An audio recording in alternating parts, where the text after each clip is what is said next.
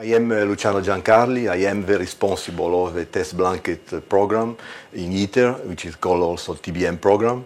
The objective of the TBM program is to test a mock-up of breeding blanket, and the breeding blanket is necessary in the next generation fusion reactor in order to produce all the tritium which is required for the fuel of the fusion reactor. The fusion reactor required deuterium and tritium as a fuel. The deuterium is available in nature in quite abundant way, for instance in the seawater. The tritium is available in limited quantity because it is a radioactive isotope, and therefore we need to produce it on site. So the tritium can be produced using the neutrons which are coming from the plasma, and interacting with lithium, which can be placed in the components surrounding all the plasma. So in order to produce sufficient tritium, we need, besides the lithium, we need also to have another type of material, which is called neutron multiplier, which can be lead or beryllium.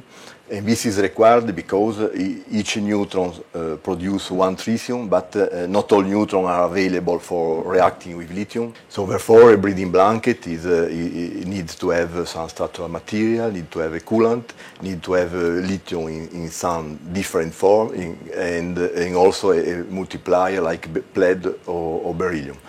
The present envisaged solution are, for instance, to have lithium lead, which is a liquid material, or ceramic pebble bed, which are lithiated ceramic, which used together with beryllium. So once the tritium is produced in the breeding blanket on the lithium, we have two ways for extracting it. In the case of lithium lead, the lithium lead flow outside the reactor, and a counterflow helium will extract it from the lithium lead, because the tritium has the tendency to diffuse to the flowing helium.